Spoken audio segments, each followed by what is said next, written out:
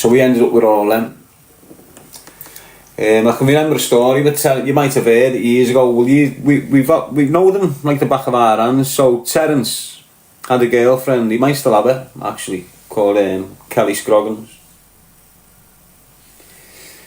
And Terence was just like, he'd batter her. Terence would batter Kelly all the time. So anyway, so Danny's mixing with these now. He's mixing with the Bellies, the Kellys. And they've gone to Ibiza, and he's gone with them. But I knew these using Danny for his muscle and his violence. So within a few days, I'm hearing Danny's having murder over here with all these for these knobheads. So me and Craig Barker, the kid that's got black. Me and him went over there. This is my first holiday. I've gone with fucking Craig, because he's been before. So when Craig went over, to get Danny, he's with them all the Skid Row firm, the Wally Rice Lane, all that firm, the older generation. And Danny's like the strength amongst them all, like the muscle, the intimidating one. And they're using him like fuck. But Danny's on it, but he's not really on it, because Danny's got his own mad problems going on. All that lot basically like smoking crack off the pipe and shit. Whether it was your Dave Moraes, your Wes White, your fucking Thingy Jones, your Steve Kelly, your Jay Kelly, your Skello, your Chigger, your Conroy, your Turner. It's all the same firm, and every one of them blazed crack when we were younger. So now they're over there, we flew over there to see what the fuck's happening. And I'm with these now, so we're with these, they've got villas and that paid out, where. So what they were doing, this is 2-2, before anyone was over there. 2-2, 2-3. And what we'd do, we'd fly over there. Well, I went twice, to be honest. We'd fly over there. And what the Belly and all that would do, Terence Riley and all that would do, they'd have cars on the mainland. Now the mainland to Ibiza is Spain. So what they do, Conroy and all that, Turner and all that, they'd get cars robbed in the UK, have them plated up, get them to Spain, and fill them, the doors with tablets, magic, every drug, every party drug you can have, these cars would be filled. They'd just be banged on a ferry and come across to the island of Ibiza and be unloaded. And all the lucky men, these African kids on the island, on the promenades and all that, they'd all come to the group I'm with and get their parcels off them. Every one of them, every lucky man would come to this group and get their drugs off them. And loads of lads in this group would be all over the place shifting these parcels. It still happens the same way today all around the world now. Every party destination, it happens like that. So when you had that J thing you all murdered, or he fell or whatever a few months ago, it's the same setup. Been going for decades.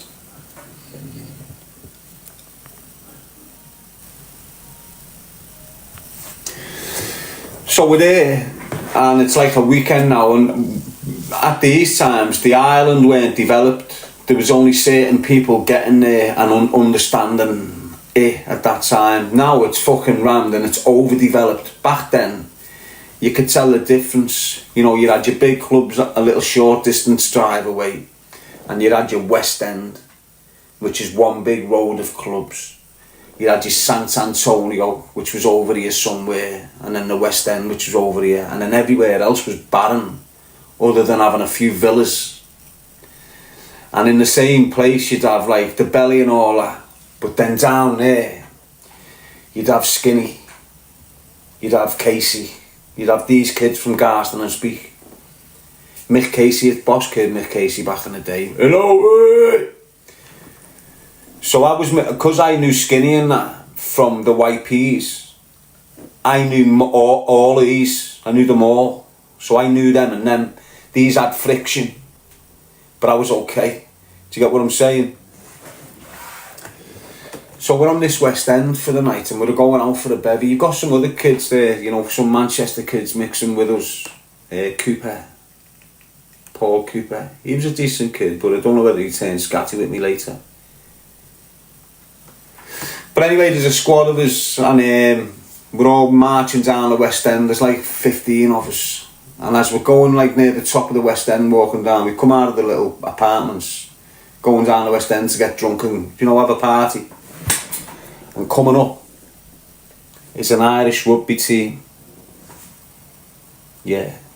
All in the rugby tops and that. Yeah. Big cunts. All pissed. So you just know what I'm saying, don't you? So it's going to go off here. Why? Because we're all rowdy with some steroid abusers amongst us. Big juice bombs. All pissed and aggressive. And then we've got the rugby team. And we're just coming up like this. Right in the West End, and we just went. It's just gone off. So it's gone off in the West End now, and the Garda don't give a fuck. When these Garda are on you, they're on you. Well, it was 20 years ago when I first going. Whatever it's like now, I don't know. So now you've got all this Irish firm and us fighting, and that makes us split up. So we all end up running because feds are coming and shit guard, and everyone just, the Irish and us just went ping. We know what it's like. You know, it's the fan with the civil guard. So fucking, we all end up segregated in different places. I'm on my own little thing with Craig, trying to fucking work out where Danny is. That's my main concern, Danny. Because at these moments, Danny's the one that's going to cause fucking trouble. Honestly, God. So now, we're just looking for Danny. We can't find him, end up on a mad one.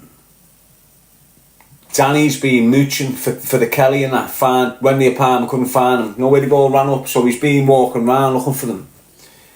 And he's heard Terence Riley and his bird Scroggins. Terence Riley's at the back of a nightclub punching fuck out of his bird. So Danny's heard that. He's also heard the owner of one of the clubs, unbeknown to them, his brother was the head of the Garda. So this owner of the nightclub, apparently he's got 3 or 4 on the whole fucking island.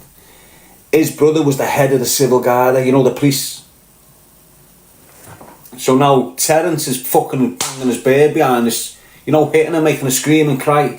This club owners came out with a bat, and because Terry hasn't stopped doing what he's doing and started getting cheeky with him, the club owners hitting Terry with Danny's walk around the corner. And Danny loves little Terence, used to. Terence was always, Danny fucking loved him. So Danny's walked around the corner and seen this with a bat targeting fucking Terry. He's gone over, took it off him and fucking weighed him in with the bat. Honest to God, the next day, Garda Civil are looking for the 2 Scousers. Me and Danny. Kicking hotel rooms and all over the gaff, searching for me and Danny. We're just hiding out in this shit villa in the middle of nowhere praying. We had to give it a few days and then get the fuck out the country. I think I seen Terence a couple of years later somewhere, you know, while he was sat with the belly, I think, outside that Italian. What's that Italian where they all go to? He was sat outside there with Lee Battle, Thingy Kelly and Terence Riley. Now he's in jail again, and he for his Encro chats, and he's done quite a couple of long sentences. All that firm, all of them have done heavy sentences.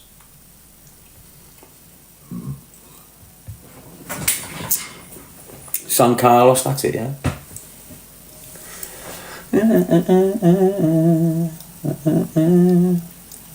Ignore the trolls that are in here, people.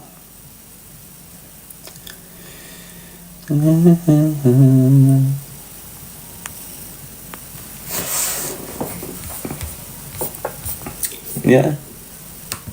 So there's a little story for you.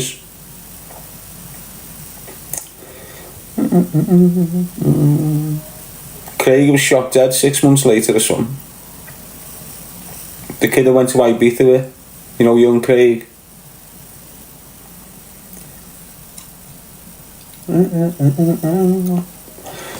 Billy Moore's best mates killed him. What a creature that Billy Moore is, eh? It's good though, this is what I'm saying, the truth always comes out.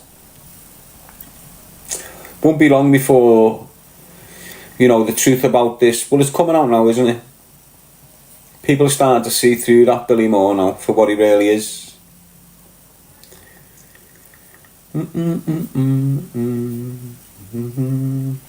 Ignore his film, even his book's bullshit. Alright, let me ask you this question. Take him out your mind.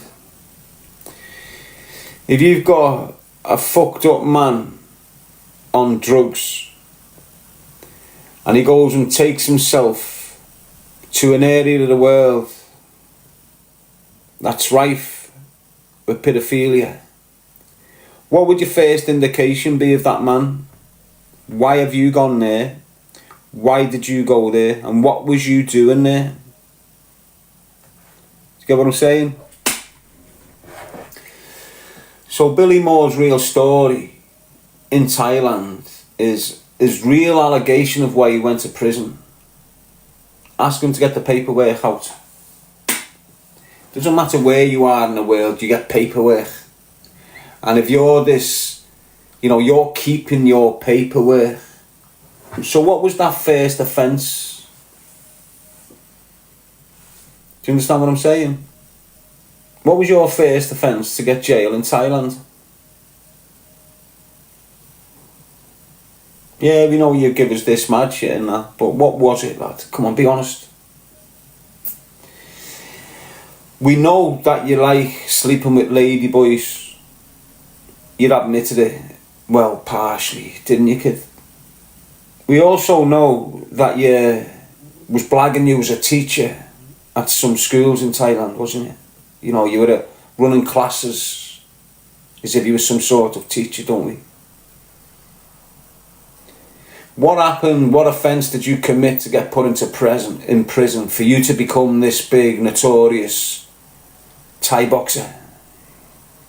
You know, because you went into this Thai prison and you developed all these big fighting skills and then came out of prison. Did you use them fighting skills? I'm not sure. Was he a Muay Thai fighter out of prison, or was this just a prison story?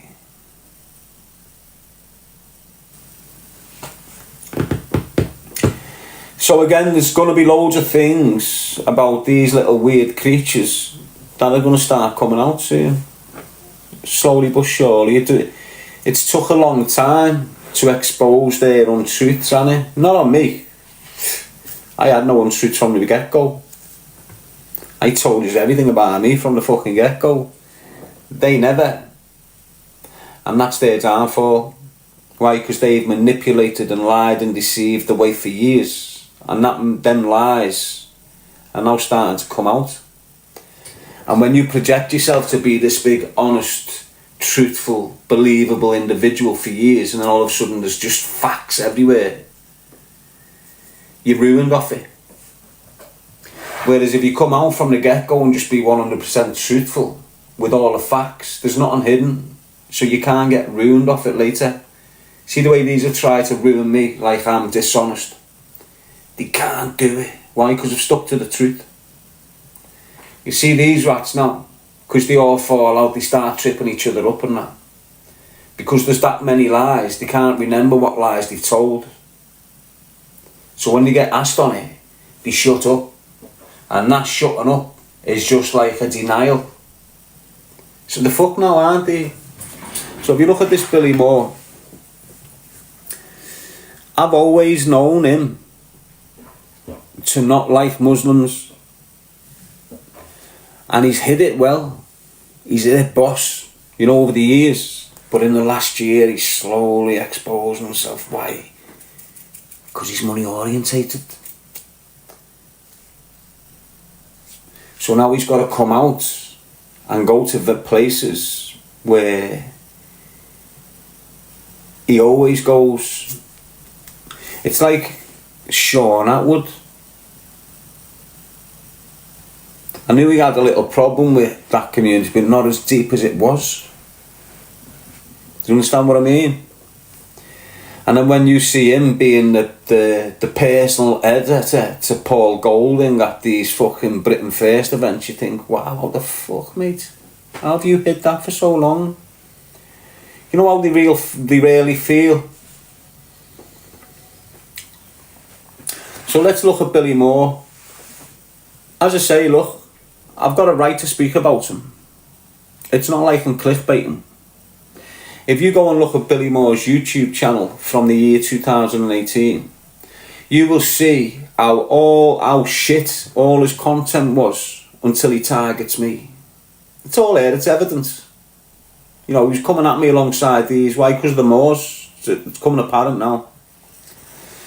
So if you go into Billy Moore's shitty YouTube channel, what you'll see is loads of shit content, and then he'll talk about Darren G, and his views will go to the hundreds of thousands. And then shit content, and then a year later or 6 months later, Darren G. And then shit content, then Darren G. Then shit content, then Darren. And you'll see that pattern right through his channel, unless he's taken them all down now. Panic mode, so people can't find it out. But you'll see that's what he's done. Now he's been dead in the water for time. And what he started doing is what I was going to start doing, going around the country into towns. I couldn't do it. Sean Atwood fucked it up, but he's Sean Atwood's friend, and it was spun like that. So he started doing what I was meant to be doing. They copied me. You mightn't believe this, but trust me, a few years ago, they were just stealing me ideas and running with them, especially Atwood. It was like he was sharing them amongst his fucking firm. So now, you're seeing his views go through the roof again. Why? Because he's shown exactly who he is. He's got pure right-wing, anti-Islamic supporters now. And this is why he's dead relevant. This is why he's getting huge numbers now. But before that, the only powerful numbers he was getting was when he was speaking on Darren G. And that's fact. Go and look. So he's been coming at me for time. And when I was in the hostel, I couldn't have social media or nothing. Why? Past me bail conditions. I weren't allowed a smartphone for the first 16 months of my licence. For the last 2 months of my licence. I mean, the period in the hostel and all this. I weren't allowed a smartphone for the first year. And then I was allowed not an iPhone, a fucking Samsung thing, an Android. And then I was allowed a smartphone. So the minute I've got my smartphone, I've gone onto all these things and set up things. As soon as I was put in my own accommodation, I was able to get myself a smartphone. So I'm just fresh out here just doing my thing. And I'm in St Helens. I haven't got a clue who Billy Moore is. I'm aware of the name. Why? Because of Willie Moore, John Moore, Waterhouse, they all tried to kill me, kill young Craig. So I'm aware of the name Moore. So now I'm just doing my thing in St Helens, going to the gym, doing a few videos of me training, and then I get a message off fucking soft lad, this fucking dickhead. And he's speaking to me like, don't forget I haven't got a clue. If I would have known he was just a smackhead, he would have just got fucking told straight. But instead of me, I just didn't know who he is. I'm just getting a message. So what I done was, just like, yeah, see you later, mate. You know, he talked like he was over me, so we just jogged him on. Every few months I'd get a message off him, thinking, who the fuck is this? So he's doing videos in this gym in St Helens, an Everlast gym, a yellow and black gym, and he's in there, and that's why he's got onto me, I think.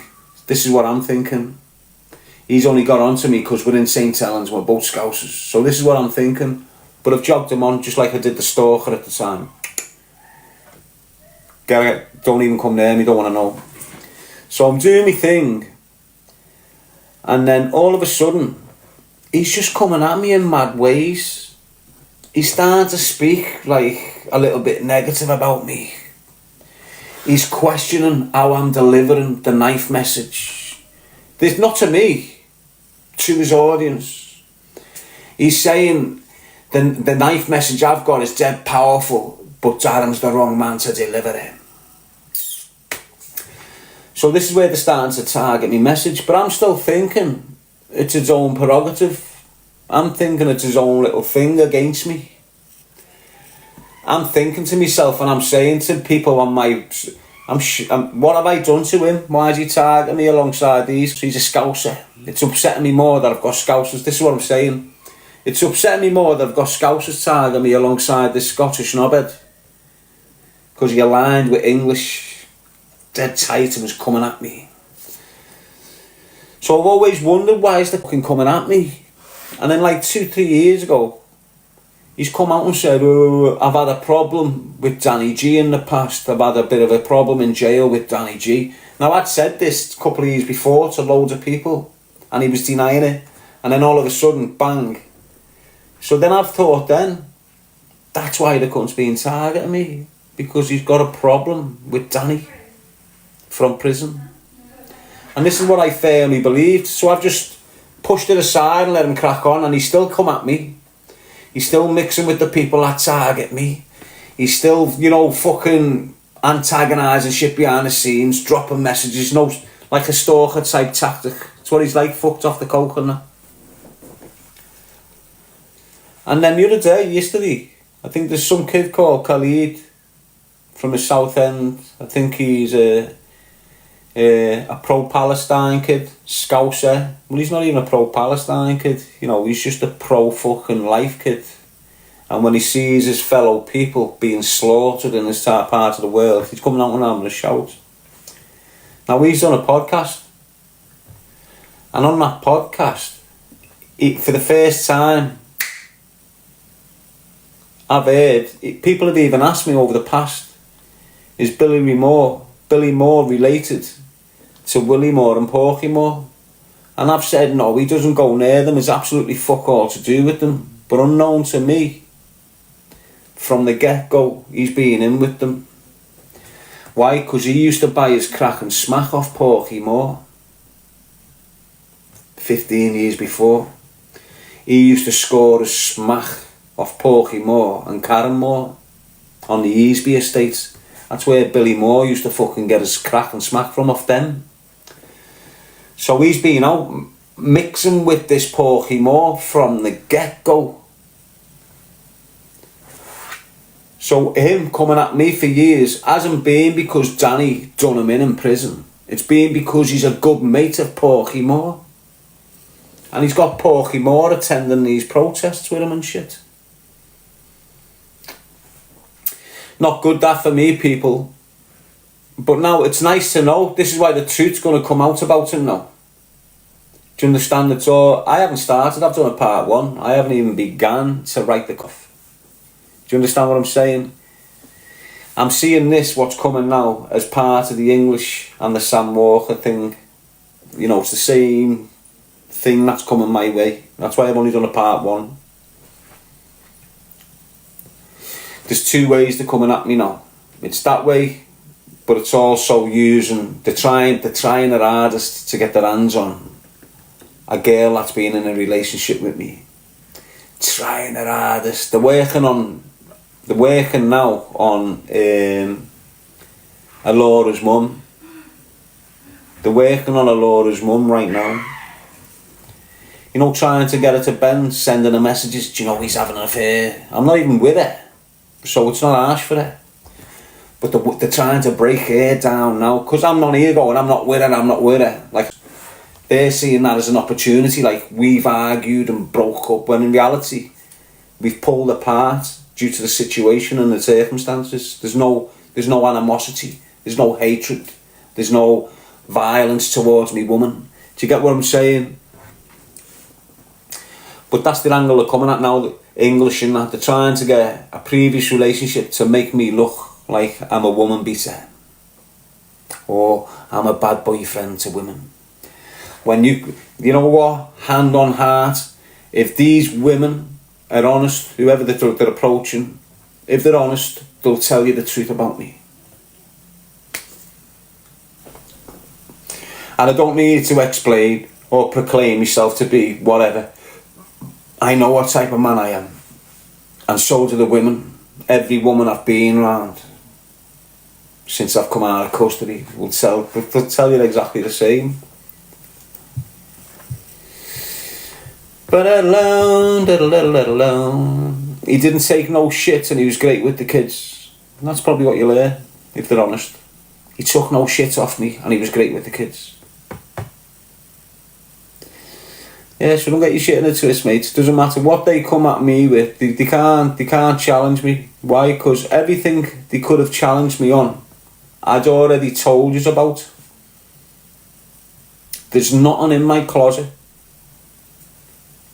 You get allegations, but what can I do with the allegations other than say, when was it? What was the situation I was in? And how the fuck have I got away with it? So anything that comes my way, basically you've got to understand my situation and what I'm in. I've been on bail for 6.5 years. 2 years licence, 2.5 years secretaries, and the last 2 years, 2 months actually, 2 years, 2 months, the big drug dealing crime family, the Kellys from Liverpool, they've had me on bail for 2 years. Now I'm still on bail now. So if I'm on these serious conditions and bail conditions and all this shit, and you all know how much the feds want me, how bad they want me. Now if I'd committed any type, and I mean any type of crime, I would have been breached on my licence. I would have been breached on bail conditions, and they would have put me straight in jail where they want me. So it is what it is. No matter what they come with, they can't come with any substantial, factual allegations. The only people you can pull out really is the people of the past. And I don't mean the last 8 years. I mean the past. I mean 25 years ago. Because that's where all my dirty mindset is. I haven't got a dirty mindset. I did then. You know, I still miss paying people back for damaging me. It's the only thing really what's hard. So look at me sat here. You know me character. Well, most of you do. Well, some of you really know me, and some of you haven't got a clue. You're just going off the speculation, aren't you? But you can see what I'm about. You can see the life I've came from, whatever, the allegations, all this shit. Now I know the stalker's got a postal address and a sleeping address. His postal address is Stanley Street, Liverpool. The other address is the one in Chester. So I know where he is. And I know I can kick his door in and leave him dead in that place. I know that. And this isn't me trying to be a big head or nothing. I know if I say fuck it, I can just go and get him. If I'm intercepted on the way there, well, but the point I'm making is the fact I'm not doing that is what's harming me. That's what I'm saying to you. So for years, I was bullied, I was picked on, I was fucking put in the corner because I was that loner. So I was that kid who always got picked on because I weren't a part of the group.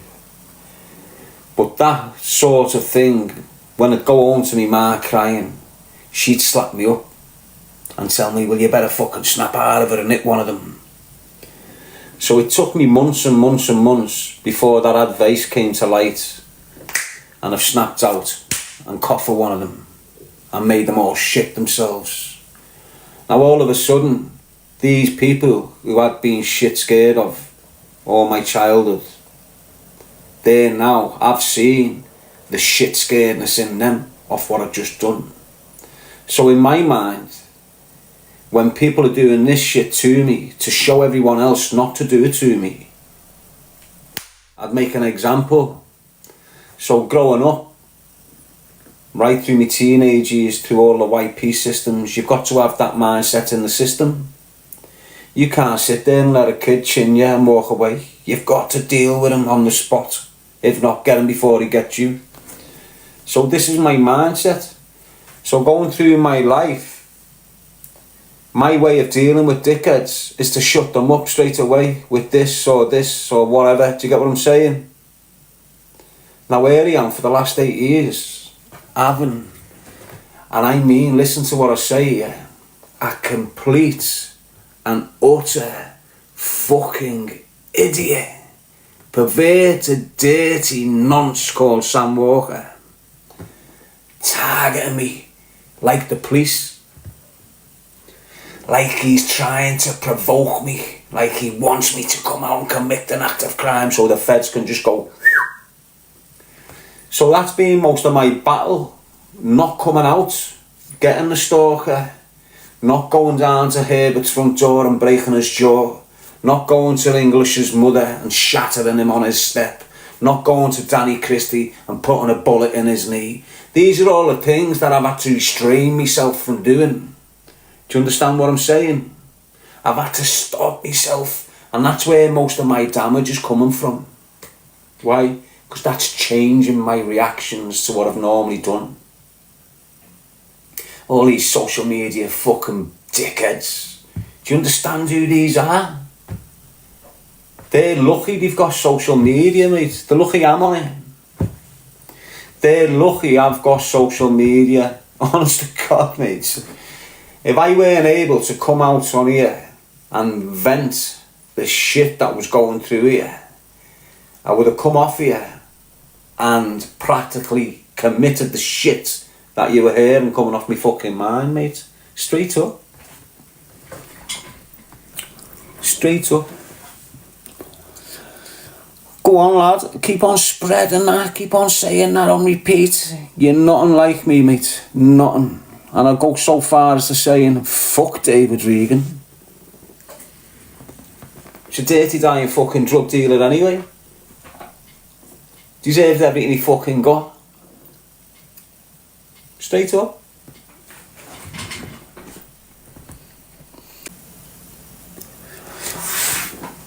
So I've spoke on the stalker. I've spoke on Billy Moore. Why? Legitimate reasons. I've mentioned all the other little rats that come in. And now I just stopped talking about them. The reason I said that about David Regan at the end there, I don't give a fuck about him. Why? Because none of his family give a fuck about him. Why? Because if they did, they wouldn't continue targeting me. They wouldn't continue participating in organised crime. They wouldn't continue doing whatever they can to let him die in vain. Isn't it? So you don't give a fuck about Craig Barker. And I know I shouldn't lower my standards. I don't give a fuck about David Regan. I've got more interest in the story of Robert Thompson than what I have in any of my victims. So look, every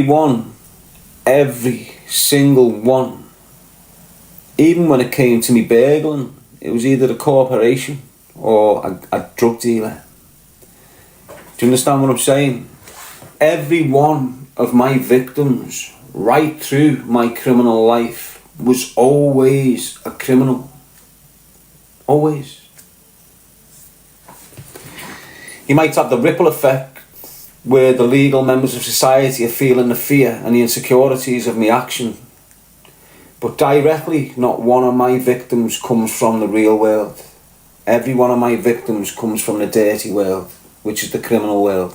Every one of them. And you look at them, look at Billy Moore. 2019, when he was targeting me, Billy Moore, you had a young woman that had lived next to his ma's house all her life with her mother.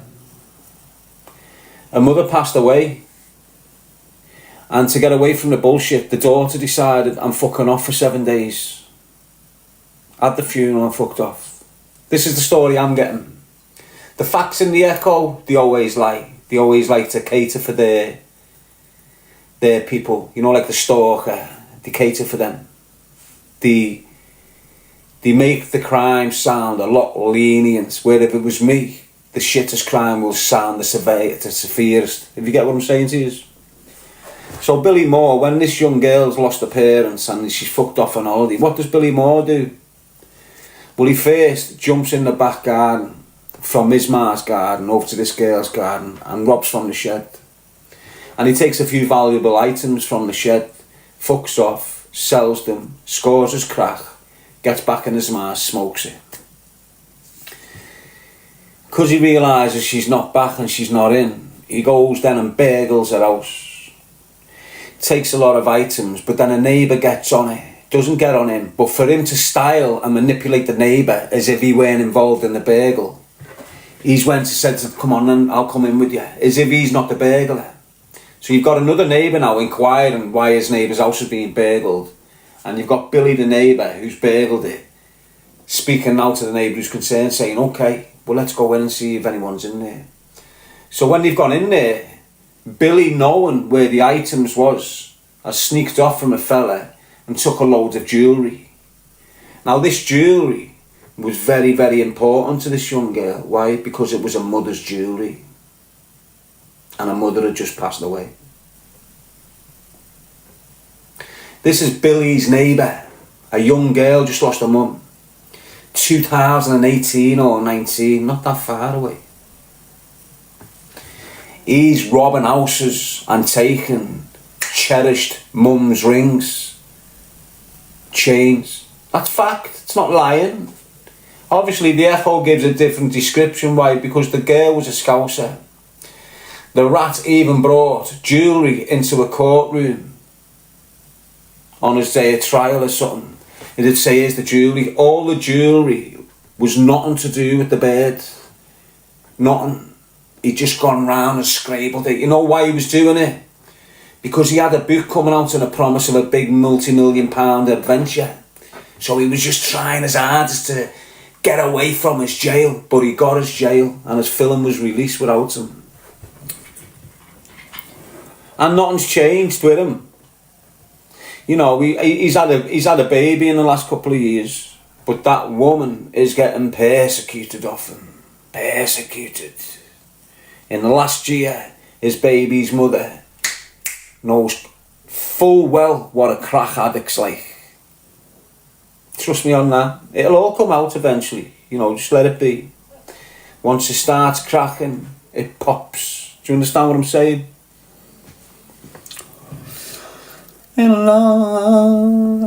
So he's done that burglary.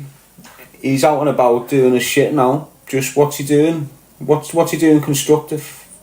Tell you what else is coming to light. He's helping an awful lot of girls in the red light districts these days. And what do I mean by helping them?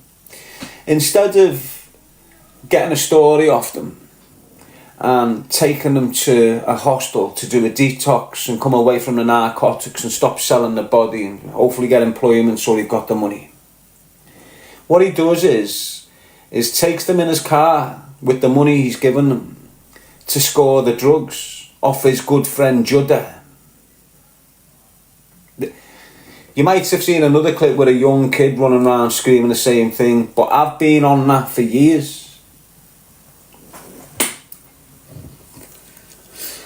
Now this Judder has got a problem with Danny as well, and this Judder works with Willie Moore and Porky Moore as well. It's the same clique. So what Billy Moore's been doing to all these addicts when you see them in Liverpool or wherever, he's getting them in his car, he's taking them from Shield Road and places like this to Kirkdale to score crack cocaine and then dropping them back off. See you later. I've had one young girl, well she's not young, she's like 27, 28, telling me she serviced them for money. You know, give him a chew. These are the people he's preying on now, this Billy Moore. You know, his own kind. He's always been around brasses. He's always been around crackhead girls who are selling their bodies on Netherfield Road and other places. He's always been around them type of people. And here he is now around them again. But he's using them differently now. Do you get what I'm saying? And these are just little things that lead up to the bigger picture of who that character is, what his mindset's like, and what his heart's like. As I say, when he first came onto the scene, when he's talking shit to me, I'm looking into him and going, oh, he's another because he's using an autistic kid to gain popularity. And he was. And I spoke about it on YouTube years ago, and he's using that young Joe. And straight up, you know, in the early videos, you could see him fuming, and I mean fuming in his face and his posture when Joe never got his words right. So you know when they're coming on and doing content, early days when he's trying to fucking make it big on content. He's got this Joe and they're coming out like they've practiced a storyline.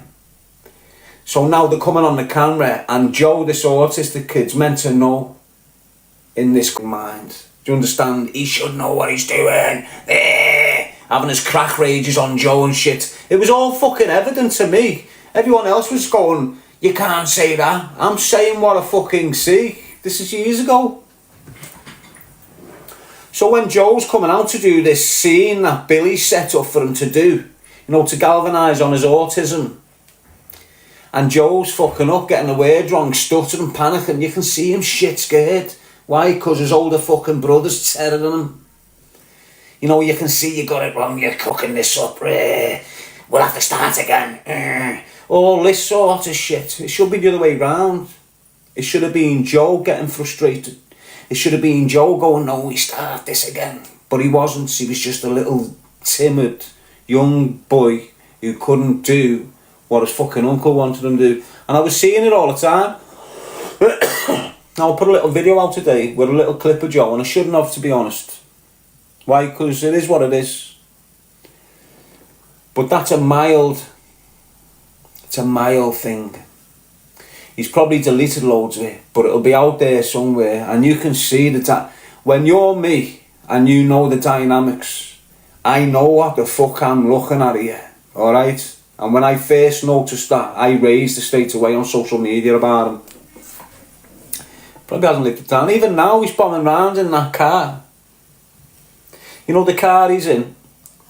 Buzzing with a nice brand new VW car as if he's fucking great or whatever. It's Joe's. It's on the mobility. He's meant to, you know, we all know how that mobility shit works. He'll pick Joe up, take him to the doctors and then drop him back off and leave him in the house. Why? Because he can't be arsed with him, right? Because his addiction's in play. When he's off his addiction, you'll see him. When he's not abusing his coke or his crack, you'll see him. You know, he'll be on the steroids. He'll be looking fresh, full of energy. Joe with him more than most times. But when he's on the shit, you'll see him again. Looking boobs instead of muscle. Looking always tired. His lip sticks up here where he's been on the pipe. You know, you'll see him, his lips up here sometimes.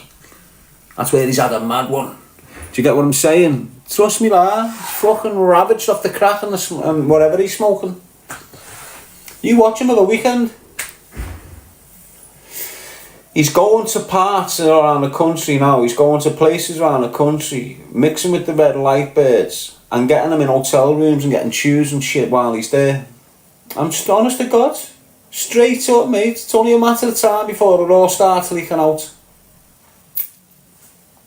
You know, he's on the pipe with brasses. Straight up, lad. I think that's why his birds fucked him off. I think his birds fucked him off because of the addictions back in there. And when he's on his addiction, he's just a nasty, controlling, overpowering monster. Again, this isn't hating. You know, this is yeah, you can call it speculation. Why? Because the confirmation's not there yet. but it'll all be confirmed in months to come. As I say, the truth always prevails. You cannot fake it and make it. It doesn't happen. You cannot fake it and make it. Hence, he's had a big fucking book and film done about him. Look at the state of him. He shouldn't be running around little washed up estates doing fucking content like this, should he? He faked it, so he never maked it. Simple as that, True colours always shine through. And you know as well as me, look, it doesn't matter, mate. If you're an addict, you're an addict. You hear me? You've got addicts who have got morals. Believe it or fucking not. If you were just a heroin smoker, you'd have morals, to be honest with you, mate. But because you became a crack smoker, all your morals got fucking ruined on you. And it's them crack smoking horrible bastards. They're the ones with no morals. You can have the heroin addict there, and he's like your nan. Like your nan. Never robbed no one. Never cut no one. Always had money to support his own little habit of heroin. Had a job all his life. Had kids still who haven't got a clue he's been blazing it. And you can do that with heroin. And there's probably thousands of people doing that with heroin. You can never ever do that with crack. Ever. It takes your morals. Takes your personality. Takes your character. Takes the lot. And that's what you've got in people like Billy Moore. You know, once you've lost your morals through your behaviour patterns of crack, you can't get them back, to be honest with you. You can't.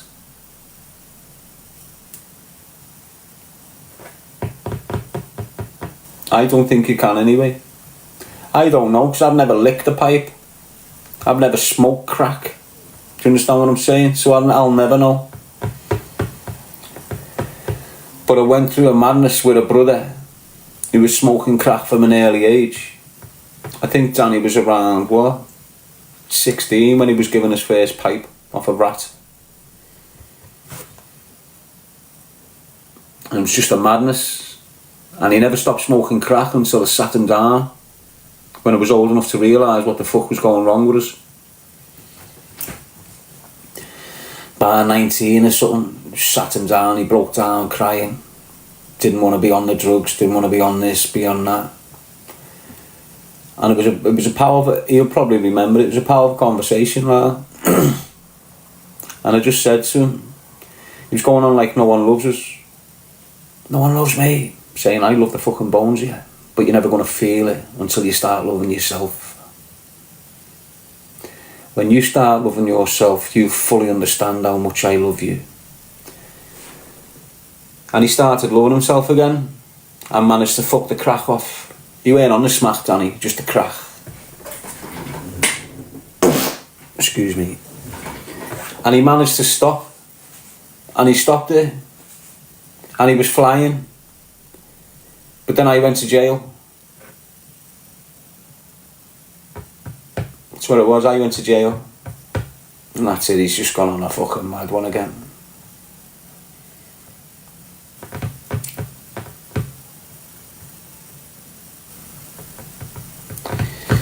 What's up, Louis D? And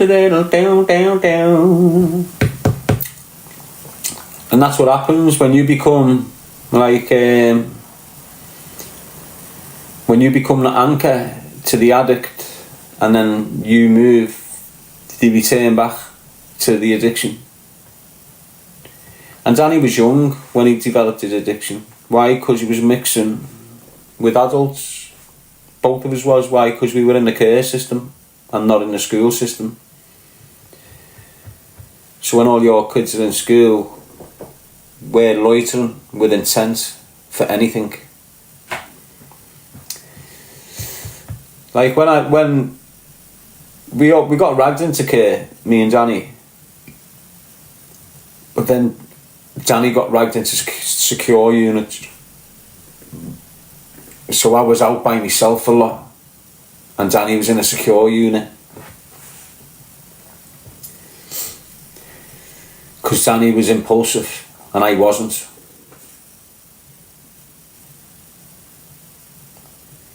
So like, Danny would stab you on the spot. Without leave it a few days and then get you. And that was the difference with me and Danny. Danny's loud and proud and instantaneously, whereas I'm quiet, like a riot.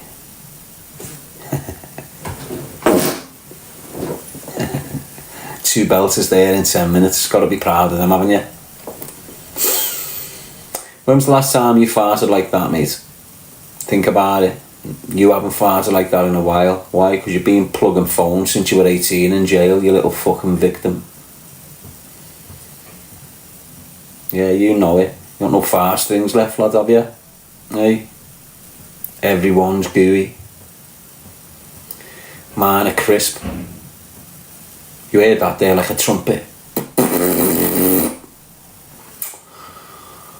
Understand the noises that come from your body. They indicate a lot. They indicate when something's working to its full capacity and when something's fucked. Shoot these up. Yeah, what's happening, fellas? He's all good in the hood. What's happening, fellas? He's all good in the hood.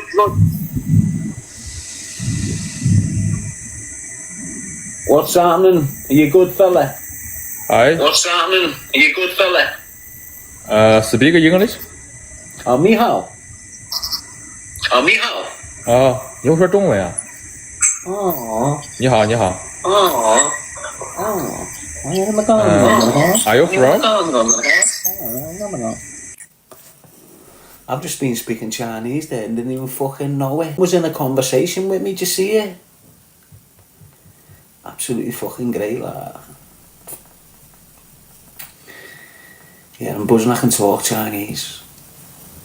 Fucking great, like. Absolutely fantastic. Hi, ni hao. I used to speak Chinese when I was a kid. What's up, Chummy Cargo? Used to watch the Bruce Lee films and he's come out acting like him and speaking like him. Do you remember the Bruce Lee films years ago? What you want? I fight you. Right now. Okay. Used to come out the house like that. You wanna fight? Right now. Yeah. Pure Bruce Lee up. Speaking pure Chinese. Was Bruce Lee Chinese or Japanese or Korean?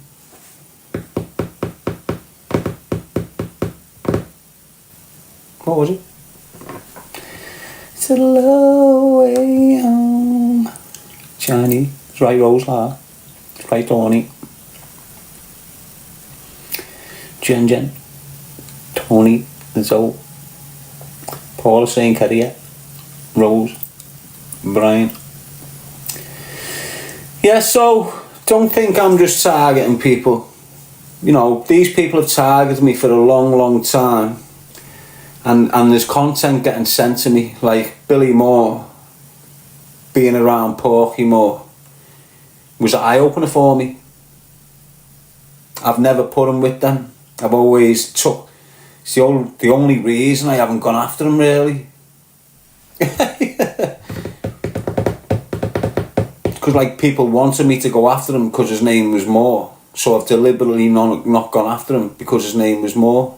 Because I've always thought there is definitely no direct connect bloodline here. But I might be wrong. You know, all that's up for discussion with me, innit? Why? Because he needs to... I'm not even gonna...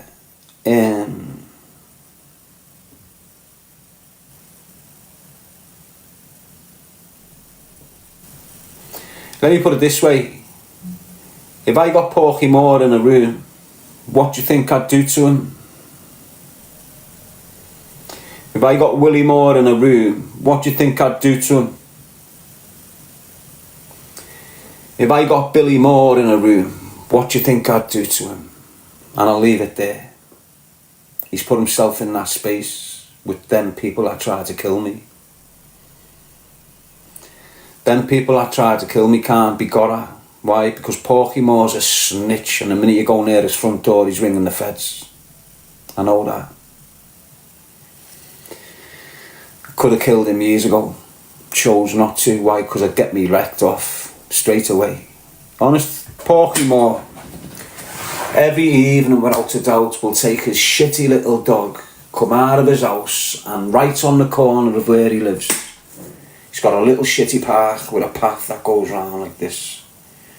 The little fat weasel will do about 15 laps if he can be arsed and go back in like an old man. Could have put him to bed years ago. Nothing's changed with him. He still lives in the same address, still got the same shitty dog. He might have a little smackhead woman in his life by now, but he's fucked on the meds. You know, he's got pure meds lined up in his fucking kitchen and his bathroom. This is how close I've got to him.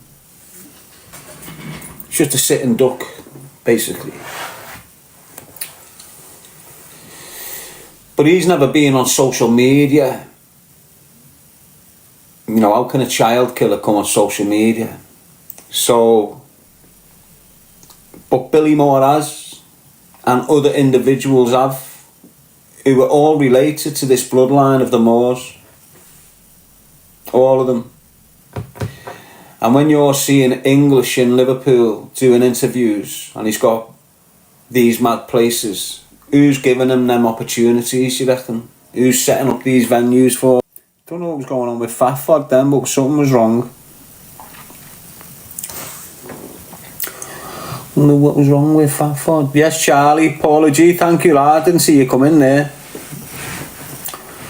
Yes. Keep it going, keep it going. It's not a food bell, mate.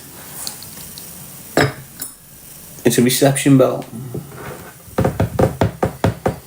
Yes, Danielle, when you come in here, you've got to come into the reception.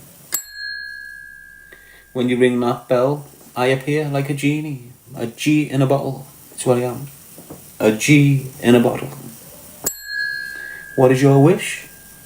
You make a wish, and the G will grant you your wish.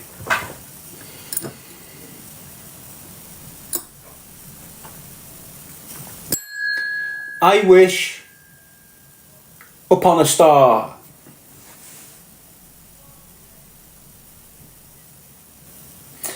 Yes, Brian's saying no fear.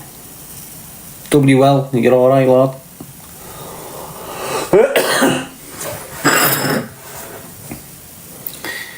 I want to start acting now. Ash, mental health journey. Nice one, Maria saying Gemma. Carleen. What's happening, Carleen, girl? Toots. Kirsty. Spit some bars, says Jay. I've run out of spit, lad. Been spitting on your Mars flabange all night, lad. I've got a dry mouth right now. Your Mars flabange stinks of my breath, kid. I can send you something over though, lad. Send it back when you finish with it, alright? It's coming first class, that, lad. Make sure you smoke it and get your fucking head down, you little pleb. Coming in here asking me to spit bars. Fucking leg it, lad. Go and sit with the stalker, lad. Looks like you've got his personality. Waddler saying pure protein. No, mate. It's just when you eat food, it generates gas and you fart to get rid of it. Not everything is protein and steroids, my mate, okay? Oh, idiot, you're the biggest this, you're the biggest that. But you're a dickhead that's got a dog as your profile picture. So just fuck off, you nugget. Leg it, you bell whiff. You're like your mother. I'm gonna let me keep him in so I can rip his mother. You're like your mother, lad. You're going to the Corso. You're like your mother, and your mother looks like your profile picture. Ew, woof, woof, fucking woof. Just buzzing off a few trolls, my people. Ignore me. Nothing wrong with Birmingham. Birmingham's boss, mate. Birmingham's a boss place to live, like. Ignore the media. You know, the media want you to wait on the they don't want the country to align with each other. Never have done. They don't want the north aligning to the middle of the country. They don't want the middle of the country aligning to the southern end of the part of the country. Why? Because we're all united then. It's alright in the criminal world. You know, you've got the criminal fraternities united. But they're not up for the fight, are they? They're up to killing the kids who they've grown up with, but they're not up to killing the enemy. If you get what I'm saying.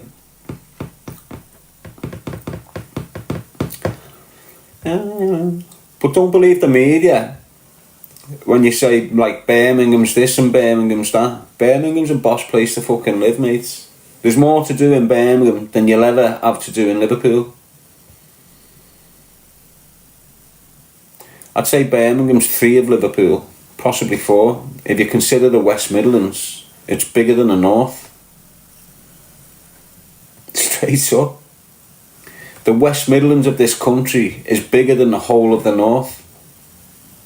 That's what I reckon. So we just understand that Birmingham, don't we? But then you've got Solihull, Bartley Green, fucking all these big mad places. So see the way you've got Kirby, and then you've got Huyton, and then you've got Norris Green shops. Well, the way where your parades are in Liverpool, you've got similar, but massive and more populated. So like you've got a city centre of Liverpool and you've got your little towns. It's like you've got the city centre of Birmingham and then other cities. Because that's how populated and how many shops there is there. Nice one, Lisa. Nice one, 6-7. So don't knock it, mate. You know, until you've been there. Do you have your earpiece? No, that's a Free Palestine thing, that what? Just looks like when I've started it. Like it looks like an earring now, doesn't it? I'm sat here like this. But it's not. Yeah, Acox Green, Selly Oak, all boss places like. And they're all heavily populated. So see like the shops in Norris Green. You got it like the parade there, haven't you? Row of shops, that's dead. That in Birmingham is bouncing.